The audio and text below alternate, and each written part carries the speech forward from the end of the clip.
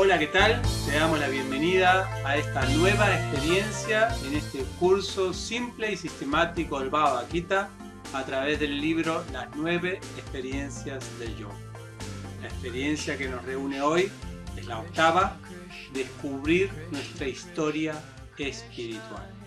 Así que en esta lección, en este capítulo, en esta experiencia, vamos a ver de qué manera se vuelve relevante saber cómo fueron nuestros comienzos de enredo o de situación en este cuerpo material y en esta existencia misma espiritual.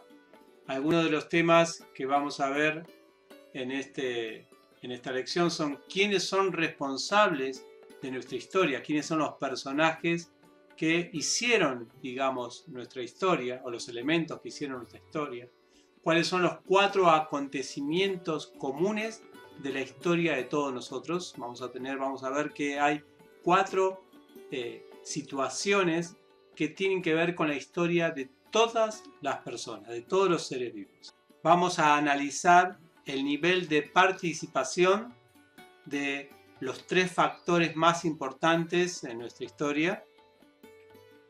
Y por último vamos a ver cómo revertir nuestra historia espiritual en la vida cotidiana para volver a los inicios en donde pudimos, vamos a proponer una máquina del tiempo, por decirlo así, retroceder en el tiempo para ver qué podríamos hacer mejor si volviéramos a reescribir nuestra historia. Entonces, ¿para qué conocer nuestra historia? Es algo interesante. Uno podría decir, bueno, ya estoy aquí, ¿de qué me sirve saber cómo llegué aquí? El filósofo y ensayista y poeta novelista hispano-estadounidense llamado Jorge Santayana decía: los que no pueden recordar el pasado están condenados a repetirlo. Así que es importante el motivo e entender un poco la historia de nuestro condicionamiento material, porque de esa manera podemos de ahora evitar producir ese mismo efecto para el futuro. La historia nos muestra que algo hicimos para estar en esta situación presente. Por lo tanto, tendríamos que ver qué es lo que podemos mejorar para que los resultados sean más óptimos. Obviamente, el pasado en sí no nos va a saber solamente el pasado, no nos va a hacer cambiar el presente o el futuro. Nos hacemos sabios no por la recolección de nuestro pasado, sino por la responsabilidad de nuestro futuro. Esto lo dice George Bernard Shaw. Pero por eso que vamos a proponer al final del capítulo algunos planes de acción para hacer de acuerdo a lo que nosotros aprendimos de nuestra historia espiritual. Entonces, primero que todo tenemos que saber quiénes son los responsables o los personajes de nuestra historia, cuáles son los elementos que marcan nuestra historia. Por supuesto, somos nosotros mismos, el ser espiritual. Nosotros mismos tenemos poder de decisión para marcar un rumbo en esta historia. Por supuesto que también está Dios ahí. Hay un poder superior a nosotros que está disponiendo las cosas, las que vemos actualmente. Y también, obviamente, está la materia ejerciendo un control, una determinación en esta historia que vemos. Así que, primero que todo, debemos entender que no hay más nada que estos 3 factores en esta historia. Lo que vamos a tener que ver es de qué manera o cuál fue la participación de cada uno de estos factores para llegar a donde llegamos. Algunos van a darle la responsabilidad de toda nuestra historia o de nuestros resultados, de nuestros destinos o lo que sea, a Dios. Ellos van a considerar que todo lo que sucede en nuestra vida se debe a la voluntad de Dios. Esta es hay una corriente paradigmática que existió en ciertas religiones en la Edad Media, y hoy en día también las personas muchas veces le asumen toda la responsabilidad a Dios de todo lo que se hace en el mundo, todo lo que sucede, ¿no? por ejemplo, el cuestionamiento por qué a las personas buenas les pasan cosas malas, por qué Dios permite esto. Esto implica un paradigma que tiene que ver con que el responsable de todo lo que sucede, de toda la historia de la humanidad, es Dios. Si no fuera Dios, Él podría controlar y hacer otra cosa, uno dice. Como que si la historia de todos nosotros está marcada únicamente por la decisión de Dios. Y nosotros somos solamente un producto de esa decisión. Esta es una forma de pensar. Otros le van a atribuir el destino o las consecuencias que vivimos de nuestra historia está determinada por nosotros mismos. Estas personas o estos movimientos alegan que tú puedes modificar tu destino a tu propio gusto. Es solamente una cuestión de creer en ti, el ser espiritual tiene más potencial de lo que piensas, puedes cambiar el mundo, la vejez que te ocurre en la vida es solamente una creencia. Si tú no crees en la vejez vas a poder ser joven siempre, podrás volar, tus poderes, tú solamente ocupas un 10% de tus poderes cerebrales, si ocupas el 100% vas a poder controlar toda la materia, es solamente tú el que te estás limitando. Bueno, un montón de discursos alrededor de esto, una retórica alrededor de este paradigma que tiene que ver cómo nosotros somos realmente los 100% responsables de todas las experiencias que tenemos. Y otros, más deterministas, hablarán de la materia como la determinante de nuestra historia. Estas son personas más a un nivel, un paradigma más de víctima, donde más que todo atribuyen todo al destino, a la situación del mundo. Bueno, no tengo dinero porque vivo en tal país y porque tal presidente es ahora y entonces, ¿no? Y porque no tengo suficiente trabajo y porque la región donde estoy, las personas no se relacionan bien, no hay gente que quiera comprar mis productos. Todo tiene que ver con la materia, ¿eh? El pensamiento científico muchas veces está ligado a este asunto de que el responsable de toda nuestra historia es la materia, al decir, por ejemplo, que la vida viene de la materia, de una combinación casual de materia, de diferentes elementos de la materia que producieron en algún momento vida.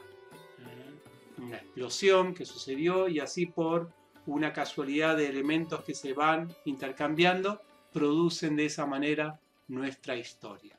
Por lo tanto, nosotros no solamente somos una red de elementos químicos en interacción y que tenemos que ir evolucionando para ser cada vez más felices. Pero que es la materia la que determina, o todas las leyes de la materia, la que determina nuestra existencia y también la historia de nuestra existencia. Entonces, estas tres paradigmas podemos decir que tienen los tres algo de verdad, pero no puede aceptarse de que uno de ellos sea la respuesta a cuál es el factor de nuestra existencia. Todos los historiadores saben que la razón de nuestra historia en este mundo no se debe nunca a un solo factor, sino a una interrelación o una suma de varios factores. Así que nosotros vamos a explicar ahora cómo estos tres factores tienen su lugar en nuestra historia en forma interdependiente y en diferentes grados de acuerdo al momento histórico en el que nosotros podemos estar. De esa manera, cada una de estas, de Dios, el ser espiritual y la materia, van a tener una intervención en nuestra historia. Esto lo concluimos en base a un verso muy importante del Bhagavad Gita, que es el verso 13-21. Es un verso muy importante. En 4 líneas, Krishna le dice a Arjuna un poco la historia, la raíz de nuestra historia en este mundo. Así que vamos a ir analizando línea por línea sánscrito esta historia. A pesar de que es una explicación un poquito técnica, queremos tener esta referencia escritural para apoyarnos en nuestras explicaciones, porque digamos, ¿qué autoridad yo puedo tener para hablar de la historia espiritual más que el Bhagavad Gita? Uno puede decir, bueno, hago regresión hipnótica, hago videncias, hago astrología, lo que sea, pero es muy difícil llegar, ni siquiera con ninguno de esos métodos, a la raíz de nuestra existencia. Quizá con esos métodos podemos llegar a vidas pasadas, pero no a la raíz de nuestra existencia. El Bhagavad Gita nos va a dar un poco esa causa raíz de nuestra existencia en este verso. Entonces ese verso comienza con esta palabra, con esta frase sánscrita que dice Purusha Prakrite Stohi. Entonces aquí hay dos palabras muy importantes en el lenguaje védico. En Bhagavad Gita aparecen y se definen, que es Purusha y Prakriti. Realmente cuando estas palabras se presentan, Purusha significa, digamos, el disfrutador, el predominador, la persona a quien otros están a su servicio, ¿no? Digamos, la persona a quien tiene a su disposición a otros para su felicidad. Y Prakriti es la naturaleza, es la energía, son los seres que están a disposición de Purusha para ser felices. Ellos son felices, digamos, cuando están en disposición a Purusha. Entonces, esta línea empieza con Purusha Prakrite Stohi. Eso significa que Purusha, aquí en este verso, se está hablando de nosotros, de los seres vivientes. Nosotros, nuestra naturaleza original es Prakriti, es decir, estamos a merced, somos una energía que está a merced de otra gran energía, en este caso Dios, y que nuestra felicidad viene de satisfacer a esa raíz espiritual nuestra. Pero este verso habla de la entidad viviente como Purusha. ¿Qué significa eso? Que en este momento nosotros, a pesar de que nuestra naturaleza es esa, es de Prakriti, nosotros también tenemos en nuestra naturaleza Prakriti, por ser una energía que se llama marginal, es decir, que puede estar en márgenes tanto de un lado como del otro, nosotros tenemos en nuestra naturaleza una libertad de elegir estar predominado o no. Eso es una naturaleza que tenemos, una libertad para elegir sentir la experiencia de estar predominado por Dios o sentir la ilusión de estar predominando otra cosa, o sea, de nosotros ponernos en el puesto de Purusha, de Dios, e intentar controlar algo, algo que esté a nuestra merced. Entonces, eso que está a nuestra merced a veces, en la naturaleza material, justamente, se le llama Prakriti, justamente porque es algo que está a merced nuestro y por supuesto también de Dios. Ahora bien, en este verso se dice Purusha Prakrite Stohi, la entidad viviente, creyéndose Purusha, quiere tener una Prakriti. Entonces, este es el primer acontecimiento general, común, de todas las historias de todos los seres vivos. Nadie puede aquí levantar la mano y decir, perdón, pero eso no es mi historia. Todos tienen esa misma historia, tienen ese mismo momento, acontecimiento en cada una de sus historias del comienzo de su existencia en esta plataforma material. ¿Y cuál es esa decisión original, como dice aquí? En donde nosotros éramos Prakriti y decidimos ser Purusha. Ahora bien, una vez que tomamos esa decisión, hay un segundo acontecimiento. Nosotros tomamos una decisión, pero tomar esa decisión significa que tiene que ocurrir algo. O tendría que ocurrir algo. Alguien va a tener que disponer que ocurra algo en base a esa decisión. Porque si no, permaneceríamos como Prakriti, pero con aires de Purusha, sin que nada se manifieste. Algo se va a manifestar, y eso es lo que se llama, esto se lo dice la segunda línea de este verso, Bhunkte Prakrite Shan Gunan. Esto significa, Bhunkte es que si nosotros queremos ser Purusha como predominados, necesitamos algo para predominar. Bhunkte significa disfrutar. ¿Y qué vamos a disfrutar? De Prakriti. Aparece Prakriti. Aparece la naturaleza material. Y esta naturaleza material está compuesta por sogas. Gunan significa sogas. Es decir, que cuando nosotros vamos a disfrutar de esta naturaleza material, la naturaleza material, como está compuesta de soga, nos ata naturalmente. Este es el segundo acontecimiento. Si nosotros queremos disfrutar de algo, necesitamos enchufarnos en algo. Por eso el cable aquí. Enchufarse en algo significa que, ¿cómo nos enchufamos en la naturaleza material?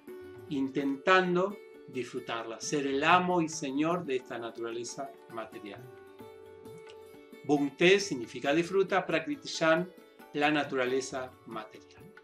Luego de eso, el tercer impacto de este movimiento que nosotros hacemos, la caída, es el impacto. Nosotros estamos como despiertos espiritualmente, tomamos la decisión de Purusha, se aparece el enchufe donde conectar esta sensación de Purusha. Pero una vez que nos conectamos, hay algo que se llama impacto, y esto se dice aquí en la tercera línea como Karanan Guna Sangosya. Karanan significa, esto causa significa, Karanan significa causa. Esto va a causar, este contacto, este cable que se conecta, va a causar lo que se llama Guna Sanga. Guna significa soga, ya vimos anteriormente. Pero Sango significa identificación, relación, apego por esas sogas. O sea, generalmente nosotros cuando estamos atados no nos sentimos identificados con la soga. Para nosotros la soga es algo diferente a nosotros que debería uno sacarse. Pero la naturaleza material, a pesar de que es una soga, de pronto nosotros nos sentimos sanga, nos sentimos completamente relacionados, identificados con esa soga. Para nosotros ahora la soga que nos ata no es algo externo a nosotros, sino que nosotros mismos nos pensamos esa soga. Esto es lo que se llama identificación material. En realidad nosotros como seres Prakriti, por más que nos creamos Purusha, no vamos a poder nunca disfrutar Prakriti, porque esto es otra naturaleza, no es nuestra naturaleza. La única manera de disfrutar de esto es creernos esto, ¿no? Es creernos materia. La única manera de disfrutar de la carne es ser carne. Es como si alguien quiere disfrutar de ser mujer, tiene que ser mujer. Si un hombre quiere disfrutar como mujer, tiene que de pronto cambiar hormonalmente de mujer o de mentalidad, de tendencia sexual, etc. Un hombre es muy difícil que disfrute en una mujer siendo hombre, o siendo heterosexual, por decirlo de una manera. O por ejemplo, un cerdo, para nosotros, el excremento no es algo comestible. No podríamos jamás disfrutar de comer excremento. Pero si alguien quiere disfrutar de comer excremento, no lo va a poder hacer con un cuerpo humano. Pero sí hay una manera de hacerlo, y es tomando un cuerpo de cerdo. Los cerdos pueden comer excremento, o los perros, cualquier tipo de animal coprófago. Pero una vez en el cuerpo de cerdo o una vez en el cuerpo de perro, la persona se olvida de su identidad como humano. Ella no puede permanecer en un cuerpo de perro o de cerdo creyendo que es un humano teniendo una experiencia animal. No, tiene que entenderse, identificarse y olvidarse de su identidad anterior para poder ahora con su identidad actual disfrutar de ese excremento. De la misma manera, Prakriti, que nosotros somos, no va a poder disfrutar de la materia sin creerse que es materia, porque no hay manera que el ser espiritual encuentre disfrute en algo que es otra naturaleza, la materia que es otra naturaleza. No hay manera, es una cosa, son dos naturalezas diferentes. Es como para nosotros comer plástico. El plástico no tiene ningún sentido para nuestra lengua. Son dos, el plástico no es un alimento. Por lo tanto, no entra dentro del mundo de algo comestible. De la misma manera, la materia no es un elemento para disfrutar para el espíritu. La única manera en que el espíritu puede disfrutar de la materia es creyéndose materia. Entonces hasta aquí tenemos una parte de la historia, pero esta historia sigue en un cuarto acontecimiento. Acá tenemos otra vez la definición. El cuarto acontecimiento, justamente, el último acontecimiento común de todos, es la experiencia material. Una vez que estamos identificados con la materia, entonces empezamos a experimentar los cambios que la materia va teniendo. Porque una de las cosas especiales que tiene la materia, a diferencia del espíritu, es que siempre cambia. No existe ninguna materia fija, sin movimiento y sin cambio en ningún momento. Quizás algunos elementos materiales pueden tener mayor duración. Como alguien puede decir, este plástico tiene mayor duración, o estas baterías tienen mayor duración que este papel. Pero tarde o temprano esos elementos van a cambiar. Porque es la naturaleza de la materia el cambio. En cambio, el espíritu es sin cambio siempre, es permanente, es eterno. Así que lo primero que experimenta entonces el ser viviente, el ser espiritual, al estar identificado con la materia, se encuentra en una red de cambios, en una secuencia de cambios. La materia está cambiando todo el tiempo. Pero como esa persona está identificada con la materia, para ella esos cambios suponen crisis. Porque generalmente uno, como decíamos recién, se identifica con esa materia. Y como nosotros somos eternos, no queremos que las cosas cambien. Porque nosotros sí permanecemos fijos. Entonces esta sucesión de cambios, que se muere alguien, que se enferma alguien, que pierdo la riqueza, que obtengo, que otra vez vuelvo a tener, que obtengo trabajo, que se me va el trabajo, que se me va los hijos, que vienen los hijos. Todos esos cambios producen perturbaciones. A veces esos cambios parecen placenteros porque son quizás la bienvenida. Obtengo un trabajo, obtengo dinero, obtengo un hijo, obtengo una esposa, obtengo propiedades, etc. Pero a veces esos también significan justamente lo contrario, que se alejan de mí, porque la materia está en continuo movimiento. Entonces la cuarta línea del verso va a explicar Sad Asad Yoni Shanmasu. Sad Asad justamente significa este movimiento continuo. Lo bueno y lo malo, lo eterno, lo temporal. Yoni, vamos obteniendo estas experiencias en diferentes nacimientos, diferentes especies de vida. En todas las especies de vida hay diferentes tipos de experiencia de lo bueno y lo malo. Así que nosotros somos víctimas, por decirlo de una manera, de todas estas experiencias materiales. Y como nos creemos materia, entendemos que nos parece que entendemos que todos esos cambios ellos están sucediendo a nosotros, cuando realmente están sucediendo a la materia. Y todo esto a causa de una decisión original de intentar ser purushyas, de intentar ser algo que no somos. Entonces esto es, digamos, un poco la historia, y si vemos en los factores que trabajan en esta historia, vamos a ver que los tres factores estuvieron ahí actuando: el ser espiritual, la naturaleza material y el ser supremo, pero en diferentes grados, en diferentes instancias de nuestra historia. Por ejemplo, en la primera instancia, en la decisión, como ven en este cuadro, la intervención, digamos, de la materia es completamente nula. Cuando nosotros tomamos la decisión, la materia no existía en nuestro radio de percepción.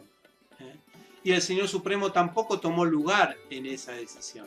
Esa decisión fue completamente de nuestra libertad. Por lo tanto, ahí es donde está la plena también responsabilidad en esta parte de la historia del ser viviente.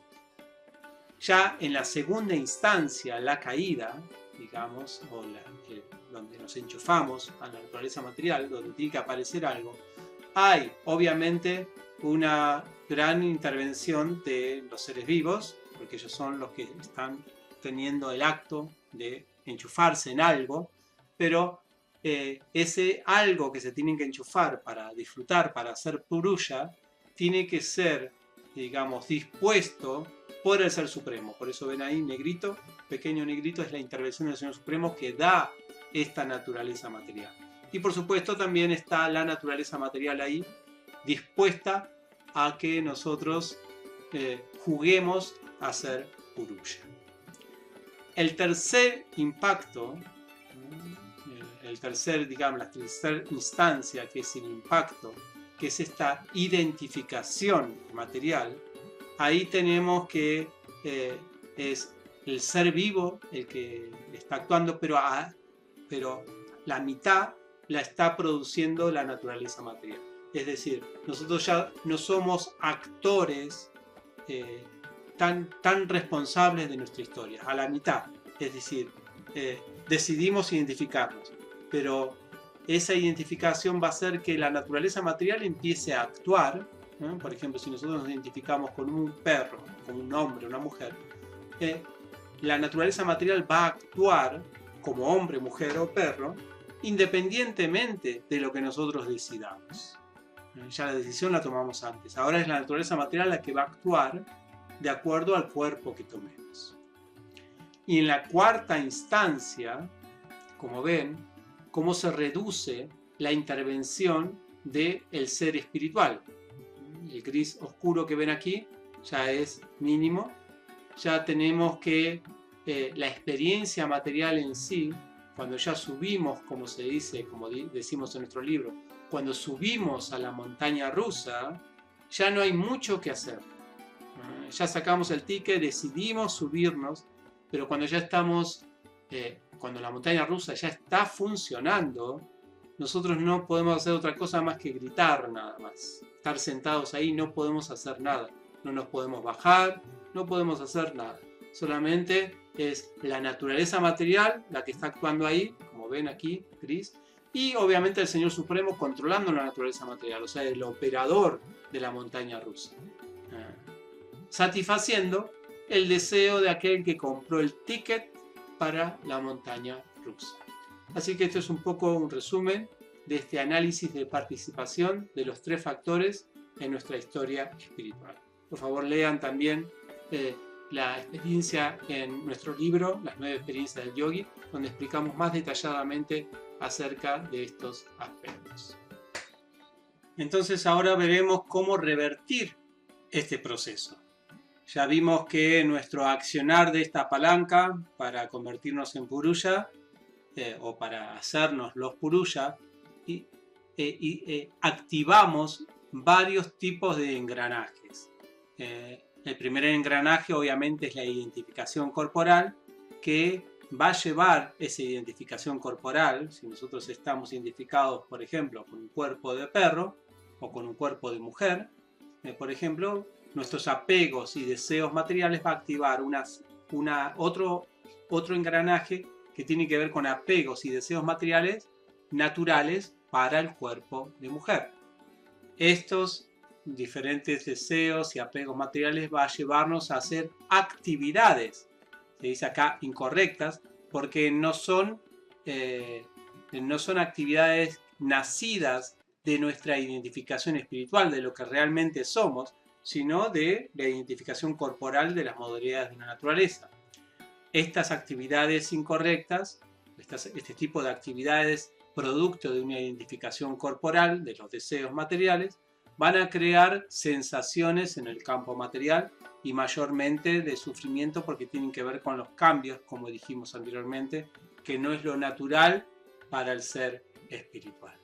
Ahora bien, ahí no termina, en el sufrimiento o en la experiencia material, no termina, digamos, esta inercia de estos movimientos. Porque estas actividades incorrectas, a la vez de crearnos una experiencia material, como ven aquí en el cuadro, también crea lo que se llama nuevas tendencias. Las actividades, nosotros por ejemplo, cuando hacemos una actividad que tiene que ver con nuestra identificación corporal, eso hace que nos alimente una nueva tendencia o más tendencia a actuar en ese plano de identificación corporal.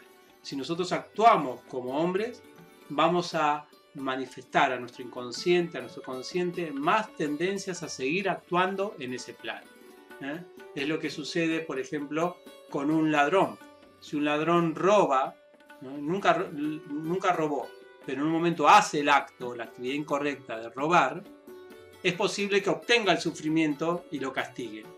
Pero ese sufrimiento no va a hacer que se neutralice el hecho de que en el futuro él va a tener nuevamente una tendencia a robar. Que eso es lo más peligroso en realidad de robar. No es solamente que te agarre la policía y te meta preso, sino que estás cultivando con eso una tendencia a volverlo a hacer en el futuro.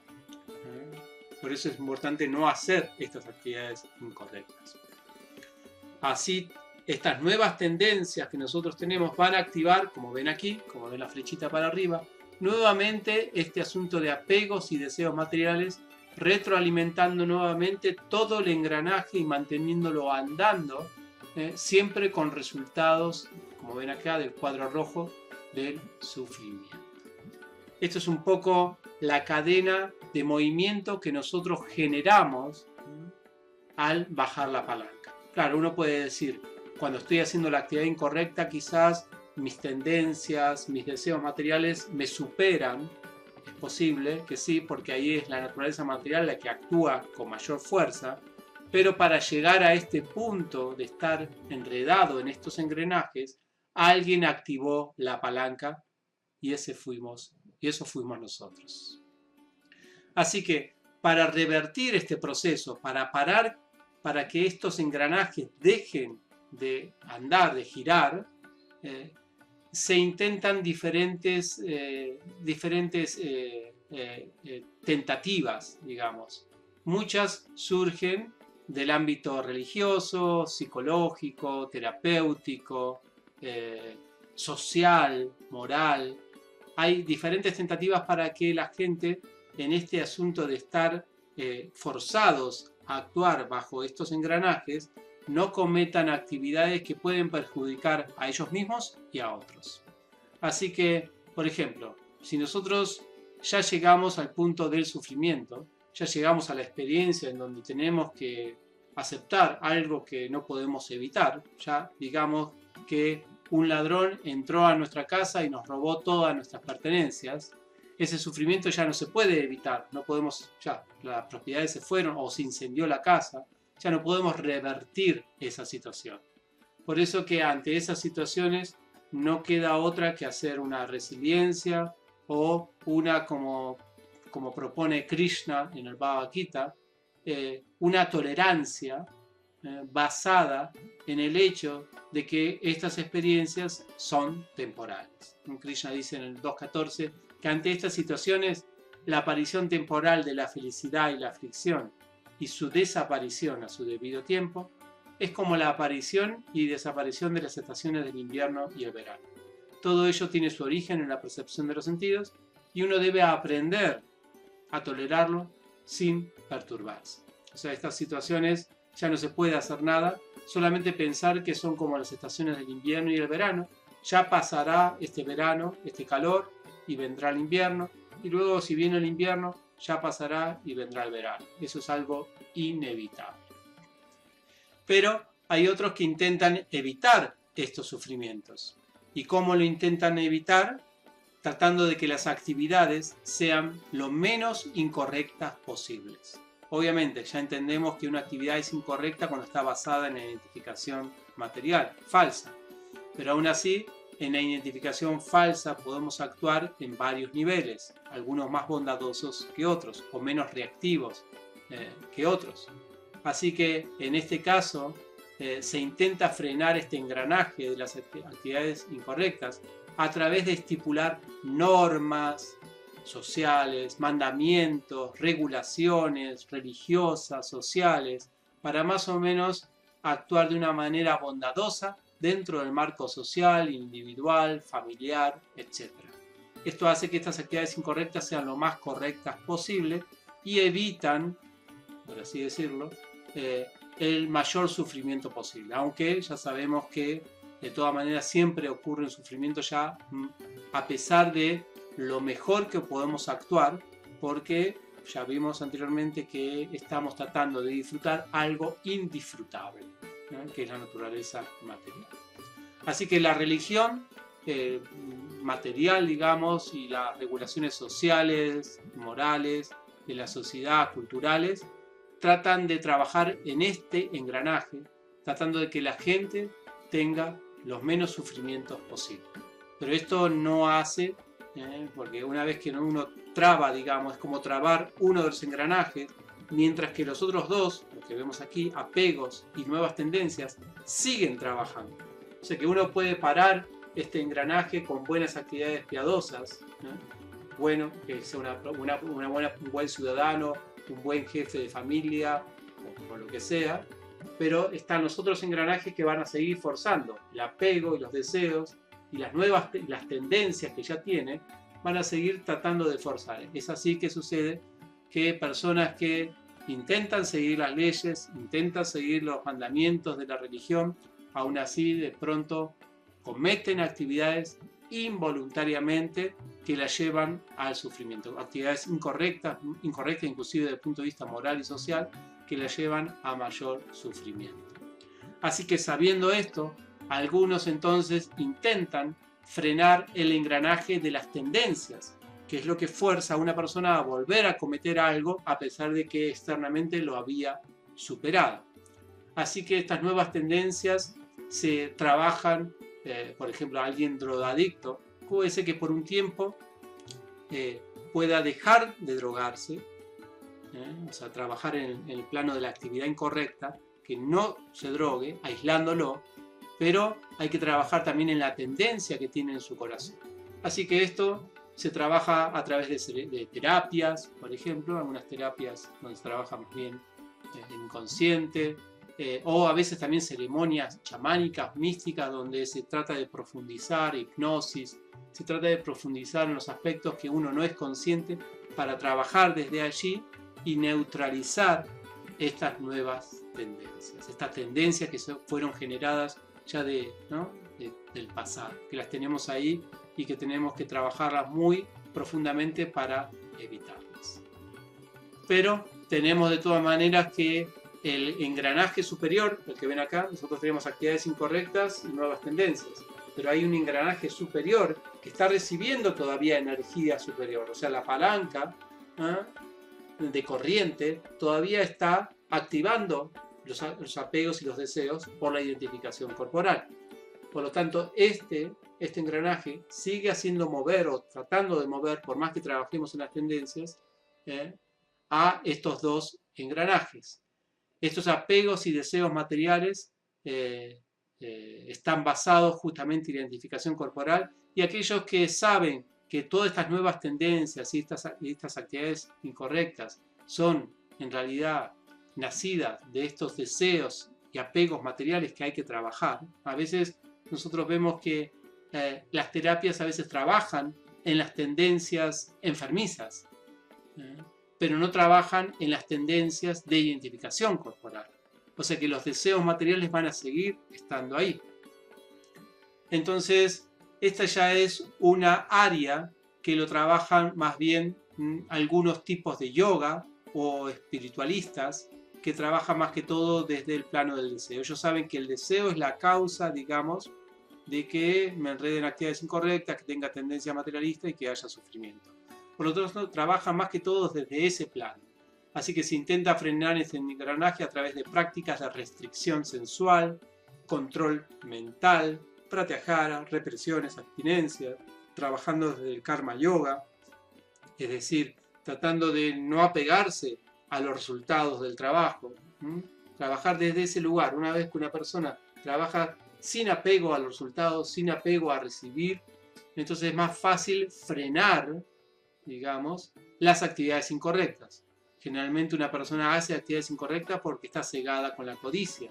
Pero si una persona ya se empieza a desapegar de los resultados, ya frena naturalmente las actividades incorrectas y por lo tanto también el engranaje de las tendencias. Aún así, este engranaje de los apegos y los deseos materiales está siendo activado por otro engranaje, como ven aquí, la identificación corporal. Así que alguien puede estar haciendo karma yoga, tratando de desapegarse de los resultados y tratando de regular los deseos, pero la identificación corporal lo va a forzar a él a tarde o temprano tratar de satisfacer un apego o un deseo material y con eso activar los engranajes inferiores. Así que algunos saben que es la identificación material la causa de que nosotros tengamos apegos materiales, obviamente. Así que en este engranaje se puede detener a través de diferentes prácticas psicológicas, intelectuales, yógicas, que animen a establecerse en el ser. Jnana Yoga, por ejemplo, ¿no? Tratar de verse a uno mismo, de centrarse. Inclusive hay terapias psicológicas que tratan a uno de posicionarse, de verse, ¿no? de posicionarse en el ser, y desde ese lugar verse, de vivir el presente, de estar como un espectador. Y al situarse uno en el ser, entonces los deseos materiales también ceden, ¿no? Uno ya está bien situado, situar el alma en su verdadera identidad. Ahora bien, nosotros podemos estar situados, identificados con lo que realmente somos, el ser espiritual, pero todavía estamos conectados, digamos, como ven este cablecito rojo ahí, estamos conectados a una decisión que hemos tomado como almas espirituales. Y esa decisión es la decisión de querer ser Purusha. Muchas veces en esa parte de identificación, de salirse de esta identificación material, identificarse espiritualmente, aún todavía permanece esta decisión de ser Purusha.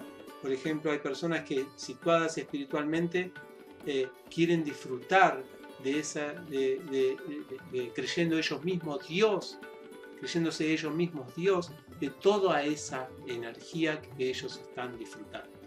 Así que tenemos una experiencia espiritual purusha, por decirlo de una manera. Una experiencia espiritual donde todavía está el asunto de la tendencia equivocada, esta decisión equivocada del alma al decidir ser purusha. Y tarde o temprano, esa intención de ser purusha va a volver a activar la identificación material. Así vemos muchas veces personas o grandes yogis, swamis, que parecen muy espirituales, pero después terminan acostándose con sus discípulas, o discípulos o lo que sea. Así que la identificación espiritual sin todavía trabajar en nuestra decisión original, no es suficiente. Así que lo mejor es trabajar en la causa raíz de nuestra historia. Es apagar este interruptor, ¿no? ¿Y cómo se apaga este interruptor? ¿Cómo paramos de tener activada acá la palanca para Purusha? Empezar a trabajar en motivaciones y actitudes como Prakriti, tales como por ejemplo las que se requieren para practicar Bhakti Yoga o cualquiera de los yogas, en el sentido de estar, de entendernos como que estamos a merced de una energía superior, y nosotros le debemos a esa energía superior nuestras meditaciones, nuestras oraciones, nuestros actos, nuestro disfrute, en realidad nuestra felicidad depende de ese acto. Tal como la mano está feliz al llevar comida a la boca, entonces una vez que está en el estómago, la mano se encuentra fuerte. O tal como cuando uno riega la raíz, entonces todas las hojas de la planta están satisfechas. De la misma manera, si nosotros regamos, nos ponemos en la posición correcta de satisfacer a nuestra raíz espiritual, entonces nosotros también vamos a estar felices. Bien, entonces, ¿cómo revertimos este proceso? ¿Cuáles son las áreas prácticas en la vida donde podemos revertir este proceso? Hay 4 áreas de la vida, especialmente 4 áreas, en donde nosotros explotamos nuestra tendencia a ser Purusha, a controlar, a disfrutar, a manifestar esta decisión original. Esa es una, la familia. Cuando nosotros tenemos una familia, ya nos creemos dueños de esa familia, Purusha de esa familia. Acá mi familia nadie la toca. Otra área son los dineros, el dinero y las propiedades.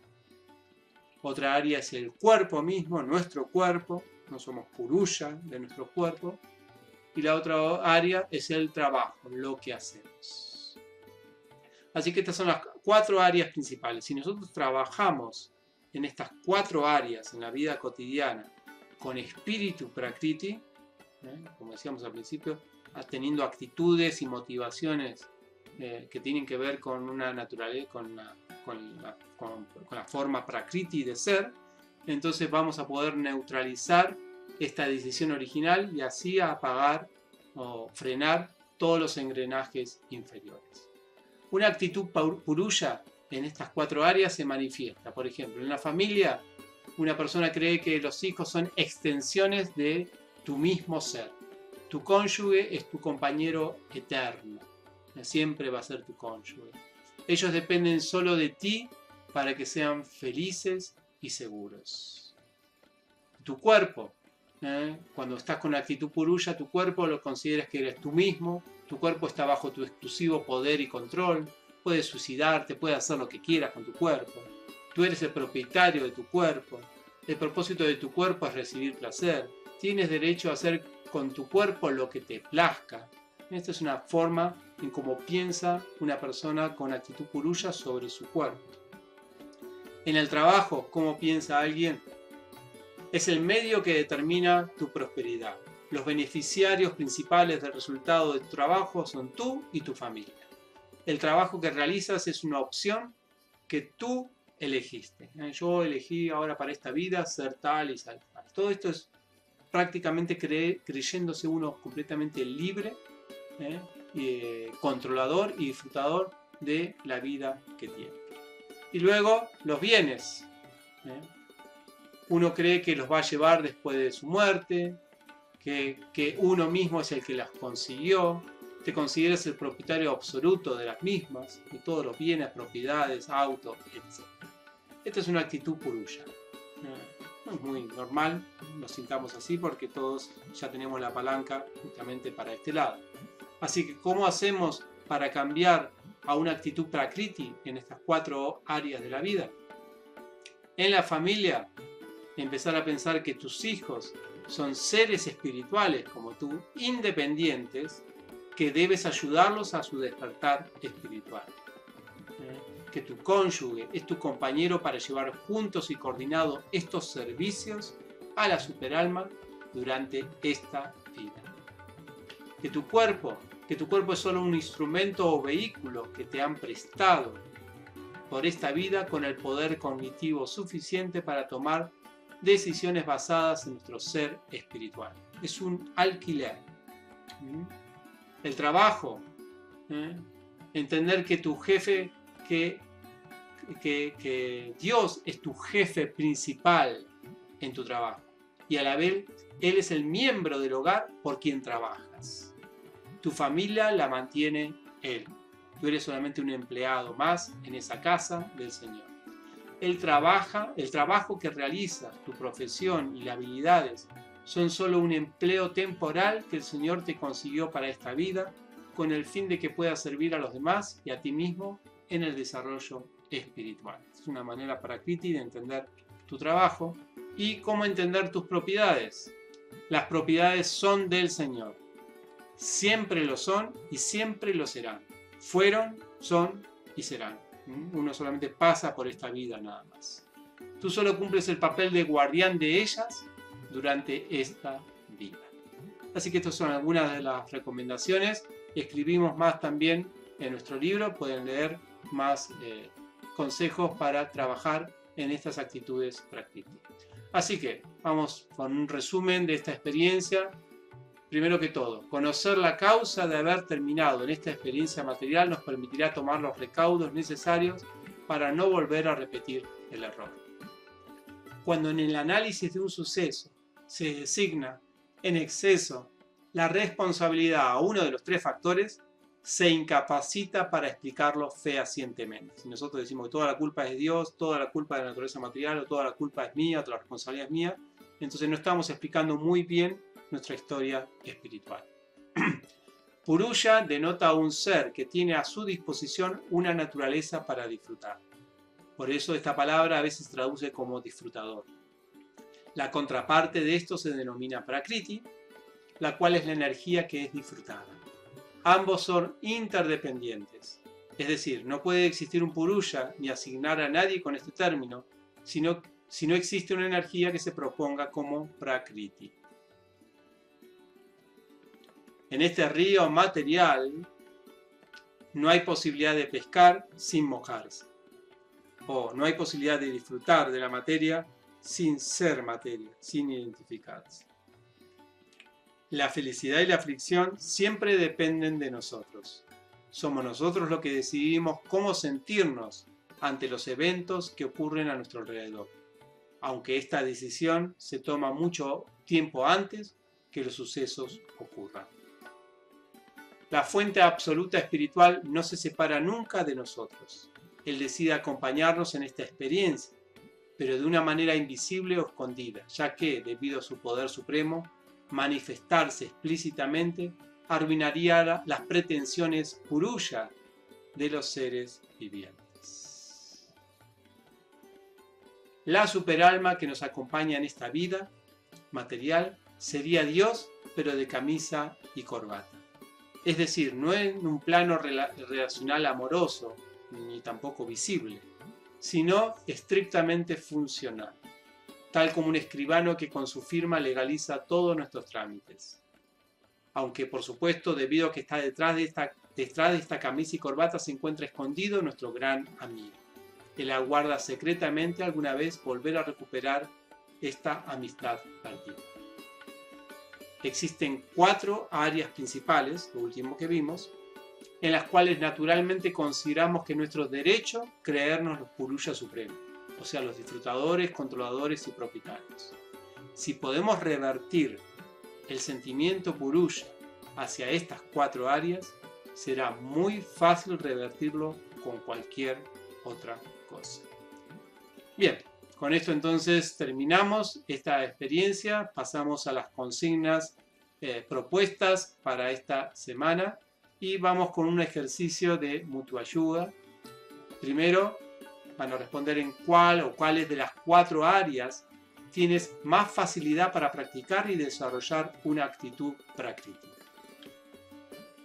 Y en cuál de las 4 áreas tienes más desafíos para evitar una actitud prakriti. Describe tus desafíos específicos y solicita a los compañeros que tienen facilidad prakriti en esas áreas algunos consejos para superarlo. O sea, si ustedes ven que alguno de sus compañeros tiene una facilidad que para ustedes es un desafío, entonces pueden pedirle consejo. Responde también y aconseja a los desafíos de los compañeros cuyas áreas sean tu aspecto fuerte en el desarrollo de una actitud prakriti. Entonces aquí terminamos un resumen de esta octava experiencia, descubrir nuestra historia espiritual. La próxima lección vamos a ver la última experiencia de yogi, que es justamente cómo trascender el condicionamiento material a través de trabajar en, como dice aquí, como ven aquí, en 10 áreas de la vida. ¿Qué vamos a discutir? Bueno, cuáles son las 3 gunas, las fuerzas condicionantes y para qué sirve conocerlas, las características generales de las 3 gunas, las áreas claves de condicionamiento o liberación. Y vamos a tener una primera lección que es cómo elevarse a Sattva Guna en la vida cotidiana, y la segunda lección es cómo trascender las gunas. Bien, aquí terminamos. Muchas gracias por haber prestado atención a esta clase. Esperamos puedan completar las consignas y podamos reflexionarlas también en nuestro próximo encuentro. Muchas gracias. Nos vemos pronto. Rama Raghava Rakshamam Rama Raghava Rama